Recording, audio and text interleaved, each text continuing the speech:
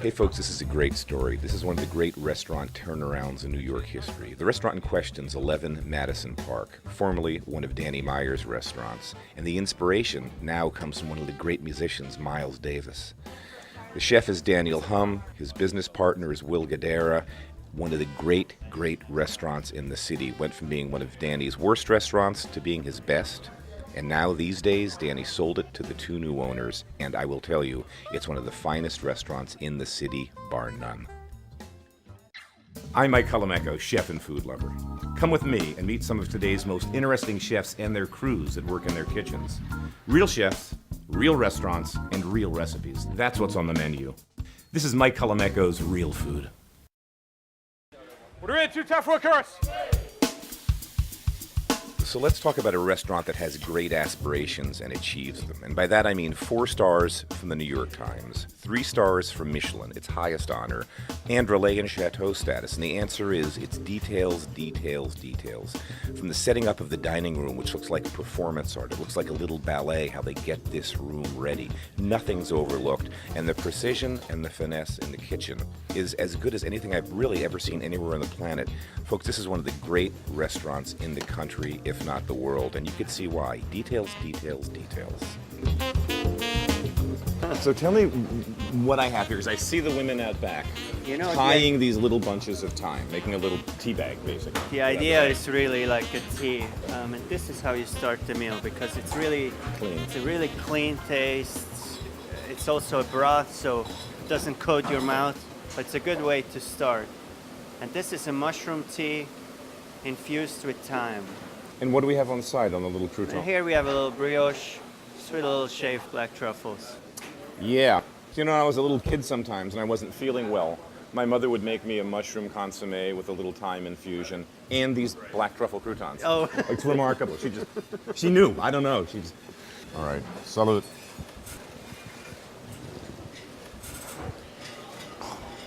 That's good. Good. Just clean and super clean. And I think in a meal it's important that it kind of builds up. You know, you start in a place, it's almost a journey. For most of us, a meal at 11 Madison Park's a rare occasion. It's expensive. It's the kind of place we go to for anniversaries, for holidays, maybe once every couple of years. But it's an extraordinarily transformative experience. This place is restaurant as performance art. You know, you came 6 years ago, after a stint in Commonplace in San Francisco. And in the course of the next 3 or 4 years, it just kept getting better and better and better. It was you and your team. And now, let's just congratulations, because you and Will, the general manager, front of the house, business partner, you're now the owners of the restaurant. Yeah, we just became the owners of the restaurant, which is really exciting, a little scary at the same time. Sure. But you know, really in the last few months, a couple big dreams of ours have become reality. Yeah, let's talk about them. I think they involve stars. Which is, you know, the 3 Michelin stars from that we got in last fall. It's just incredible. Highest rating Michelin gives, really the gold standard. Every chef's dream. For a European chef, every 3-star chef you put on a pedestal. And then at the same time, very close to that, we also become the owners of 11 Madison Park. And also, we launched our cookbook, which is also a dream. You know, I've been collecting books, and that's how you gain knowledge. Right. And so to finally have your own, and it's beautiful. It feels really special. Thank you, 35 Gillette. P1, no offal or raw. You should be playing off of their energy. You have game. You've got game. You've got game, right?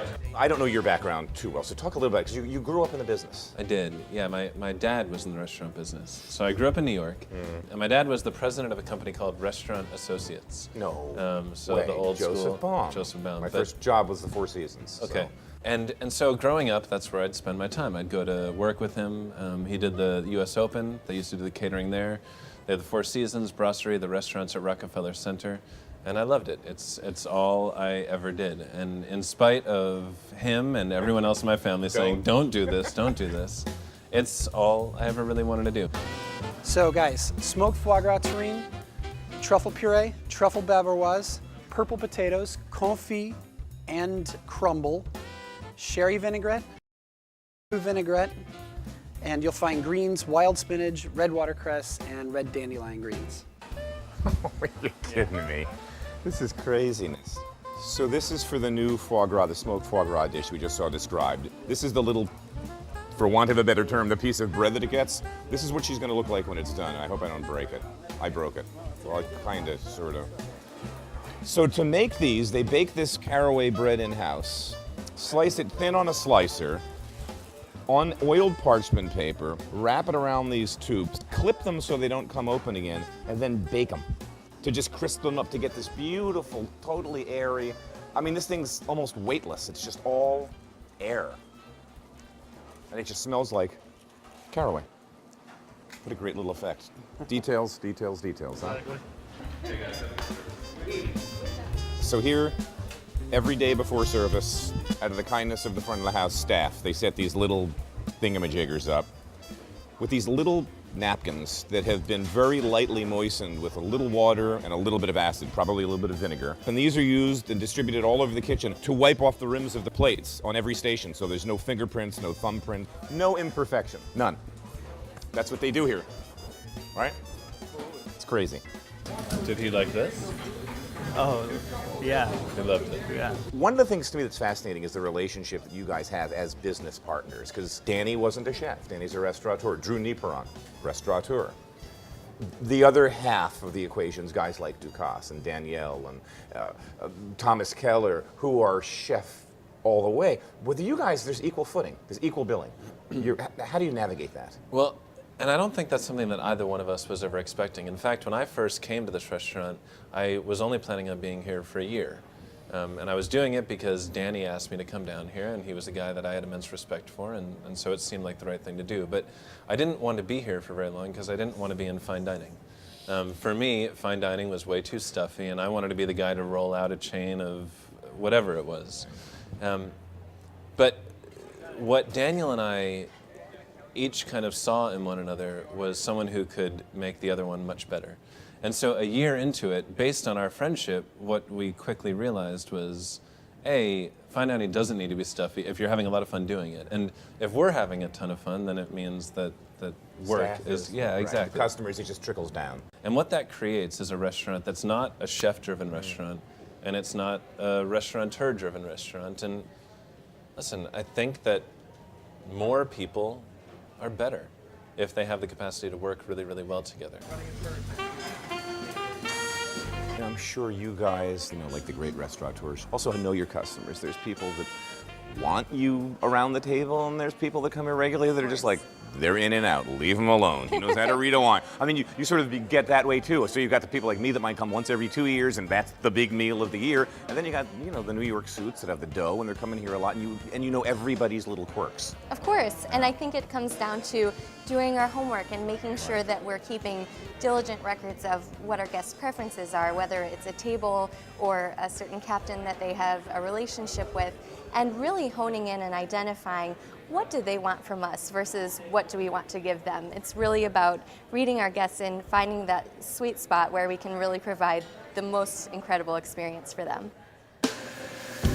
I mean, I love being in kitchens when I have no idea what I'm looking at. So it looks like you're making some kind of crazy experiment with lollipops, but I know I'm wrong. Exactly. So what is this? So this is actually a yogurt ice cream lollipop that we use as one of our hors d'oeuvres. So we have yogurt on the end of the stick with what else? Exactly. Just so Greek it's just yogurt? Exactly.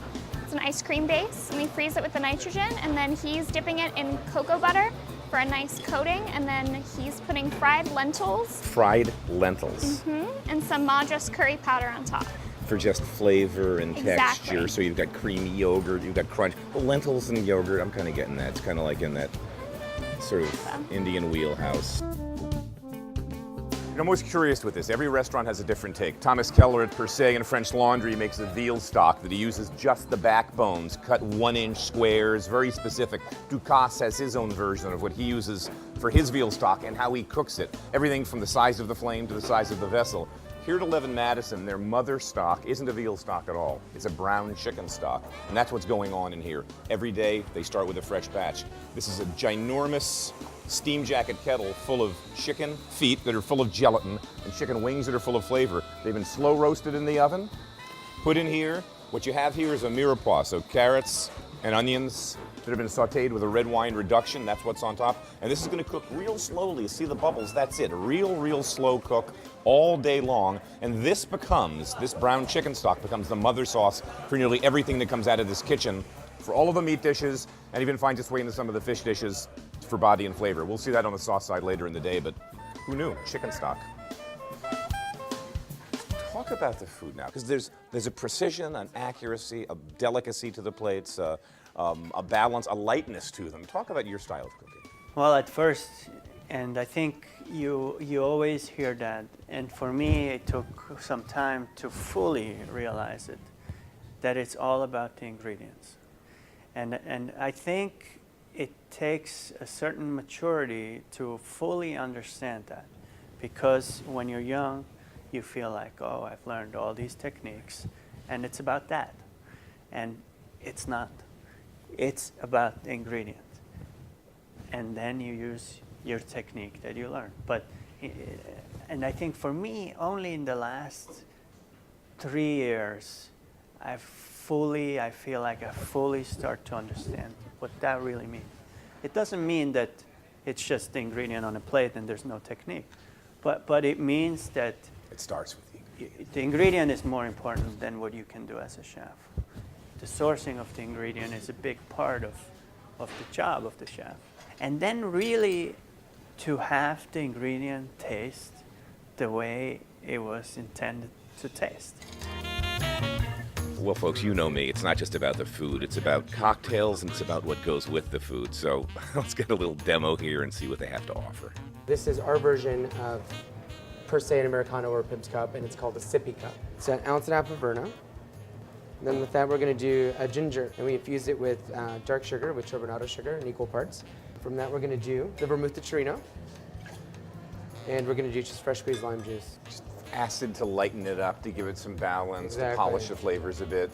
We're going to go ahead and shake this up. So now we've got it at the correct temperature we want, so this ice is not going to melt that fast. Correct. And you're lightening this up like you would an Americano with a little bit of club soda. Correct. We add just a little mint for garnish, and that's definitely for the aromatics. Those little esters come loose, little oils come loose, Correct. slightly bruised. And Well, it's a pretty drink, for crying out loud. then Straw. straw, Hence the sippy cup. hence the sippy cup, exactly. All right, it's that time of the day anyway. Forgo the usual Negronis and just launch into the sippy cup. That's delicious. We're with Kirk Kellaway, dining room manager. I have to ask you this, but I'm getting a bit. Are you like 24, 20? 25. You're 25. And you're the dining room manager of a 3-star Michelin restaurant, 4-star New York Times restaurant, 11 Madison Park. I'm the luckiest man alive. Thank you. At least you know that. I do. One of the things that you're also seeing, part of your purview, which is really neat. When I think dining at this level, I'm a wine guy to begin with. I'm really not a beer guy. And yet, there's this amazing beer thing going on. Talk about some of the beers that you're pouring here, how they're made, and how you pair them integrally with the food. One of the coolest things that we've done is we had Brooklyn Brewery made a couple beers for us. This being probably my favorite. It's Local 11. And this is then aged in a Pappy Van Winkle 20-year barrel. So the idea of barrel aging... That's a bourbon barrel. That's a bourbon barrel. Yeah. And this is a beautiful game meat dish, something that will age extensively and something that we're really excited to have. And the total production was 14 cases. And that is ours and ours alone. Wow. Now the other two for us are kind of, this is our beer geekdom in a lot of ways. This is from a tiny Belgian brewery that the brewer called Schmidt picked sour cherries off the tree in his backyard, took his imperial stout, poured it over top of the cherries, let it age in a barrel, and that's what you've got. We were lucky enough to get 6 bottles. So you start talking in the idea of how wine lists put themselves together and these kind of things, and that's always been the inspiration and the vision behind this beer program. We're kind of saying that as a 4-star restaurant, as a 3 Michelin star restaurant, we want to show you a different experience. We want to take your preconceptions and adjust them slightly and let you Push the see boundaries. what is wonderful in the whole world of beverage. I think one important thing that we do here is we're trying to don't take ourselves too serious. And I think that comes across with the food. All right. Well, seriously, maybe not too seriously, as in precious. But I don't think you're going to get much better than what you're doing. You guys are about as serious a kitchen as I've seen. I mean, you guys Keller, some of Ducas's kitchens, Danielle on a good day, Mount Everest. All right, let's cook. Thank you. Here we have That's your crab, mate, beautiful piquito crab from up north. from up north. And to that, we're going to add We have a little mayonnaise that we made. We have a little creme fraiche. And then chives. Cucumber? Apple. No. Apple. See, Yeah. that's so Well, a beautiful apple. diced. What kind of apple? Green. It's a green apple because it has the most Acid, acidity. Yeah. Little avocado, also diced. And then just a little bit of lime juice. Lime juice. A little sea salt. And here you want to make sure you don't work it too Overmix much. it always, right? Just so it's caught. Everything we have to taste. Because how do you know? Unless you taste it, you Right. don't know. I mean, it's truly simple, but you still need to figure it out how to get there, right? So we're using the help of the back like a sushi mat. This is just a little yogurt. And then this oil here is a lemon oil with the roe from the crab. We have some mint. We have a little sorrel. Also, sorrel has a nice little acidity. Couple flowers. Beautiful. And then we found this sea salt. It's from Amagansett. And we finished the dish with that. Great texture too. Yeah, it's great. This is it, man. That's beautiful. That's beautiful, chef. Looks just like the book. Yeah. We're here with Armand, who's the butcher at 11 Madison. One of the greatest restaurants in the country, one of the best butchers in New York City. Pride of the Dominican Republic. You know, always in these kitchens, there's this backbone. For many, many years when I worked in New York, it was all Puerto Ricans and then Dominicans and great workers. One of the great, great butchers, does all the meat, all the fish. You eat at this restaurant, he cuts your meat for you. He's the man, Armand. So tell me about that. What's the name of this dessert? What's this billed as on the menu? Well, on the menu it's called apple. Apple. There's a little. That's how this menu is actually. It under promises and over delivers. So talk to me. This is What is this? Granny Smith and vanilla puree. All right. So now it's got this groovy shape. What is this little bit of This is doughy goodness? English toffee cake. Now we're getting into some weird appley stuff. So Yeah. talk to me about this piece of apples. What's happened to it? It's so it has been poached in apple cider with lemon, and then we soak it overnight in a caramel poaching syrup. I love being in kitchens like this because I have no idea what I'm looking at 3/4 of the time. And then this is little an apple, guy, which it's looks like it's a caramel apple. Is really what it was. It's a raw Granny Smith apple that's been dipped into a caramel glaze, and it encoats the whole apple. I was staring at these all day, wondering Yeah. what they were, and I'm like, I'm going from like it's butterscotch. It's just a little no, it's a apple. little thing, and then I pick it up and eat it, I'm going, it's a freaking apple. It's it does just a not. little apple. It's just a little apple, Yep. and they've now for texture, we have this little crunch. What is Yeah, this little? This is a walnut toffee. The idea of the dessert is a caramel apple, like the one you eat, when you're at the fair with the walnuts on the bottom, the caramel around, and then the Granny Smith apple inside. Like when you were a kid in Ohio, going Yes. to the fairs there, and the Absolutely. Starry Nights, and the little apple thing, and you're chewing it. And now we've turned into that. This is what that I is. like it. I like it. Who knew? Who knew? Inspired by a very early reviewer's mention of Miles Davis in connection with this restaurant, Will and Daniel began to do some research on Miles, and as they bore down deeper, they just found this guy is brilliant and became one of the inspirations. Well, small world. Bill Evans, one of the great horn players, played with Miles Davis for years. I've known Bill forever. Hey, everybody gets to meet everybody, right? He instilled in me sort of the confidence to play the music that I believed in and not be afraid. If you're talking about Miles, here's a guy that could have stayed in any one of the periods that he was successful at. Like Birth of the Cool, he could have played that music the rest of his life. Any of the different periods, but he didn't do that. And by keeping that sort of frame of mind, he was able to push music and push the boundaries, and it's never easy. I mean, for us, it was like the gift of that review and being inspired by him that makes us keep changing. Him and Will are just never satisfied. Always, we can do this thing better, we can do this thing over again, we can redo it a better, we can morph into the next thing and it'll be a better thing each time, and that's a great chance. Somewhere Miles is up there smiling. Something tells me. So yeah, Bill, nice to meet you, Chef. Yeah. Nice to meet you, man. The sentiment that we've been given from a lot of people is, okay, so you got 3 stars, you got 4 stars, you won every single James Beard Awards, you're done. And I want to make it very, very clear to the world and I think we all get it already that we're not. I think with us, we reached 4 stars largely by emulating those who had come before us. But it became quickly apparent to us that we had yet to really establish our own point of view. Your voice, your identity. We hadn't really contributed anything, and we never got into this business to be the guys that really accurately copied the people that came before us. We want to be, hopefully, one day the people that others endeavor to emulate.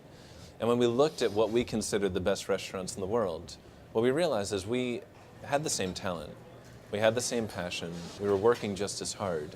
But what they were doing that we hadn't yet at least had the courage to do was to take risks. And so in the changes that we've made since that 4-star review, we've done just that. We've gone outside of our comfort zone. We've done things that didn't necessarily feel natural to everybody, but things that we truly believed were for the better of the restaurant, and thankfully they've paid off. So, Chef, we're going to demo a duck dish. That's Yeah. kind of like something you've been working on. First of all, talk about this bird, because this is a really special, beautiful-looking duck. What is it? It is. We have been working with a guy. He's up on the Finger Lakes. His name is Robert Rosenthal, and he has studied the ducks in the wild and see what they eat, where they take their bath, where they drink, how they live. And he has recreated a big piece of land that has all these things that the duck love. So where did you get this idea? Well, my parents have a house in the Provence. The smell Yeah, in the oh, the air, light, everything. So we have the honey, which is the lavender honey. We have lavender, and then also the Provence has an influence from North Africa. So we have, the coriander, Szechuan, and the cumin. And that's really where the flavor comes from. Huge. It's a memory of my childhood. That's great. And now we're gonna put it in the oven. So, what did we say, 18 minutes it was? In that beautiful 18 combi oven of minutes. yours. Gorgeous color all around it. So this is really the best moment here when you cut into it. You could even smell the gaminess of the meat. It's incredible. Incredible product. from here. I can smell it as soon as you cut it. I mean, this is a really gamey, this Yeah. is not a factory by any No. means. This smells like a wild animal.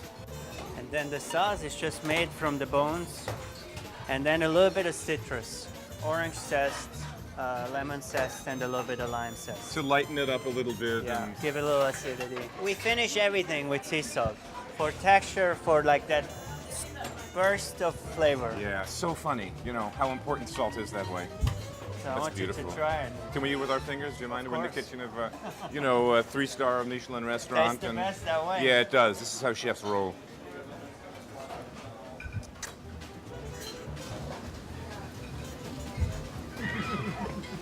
Who's this guy?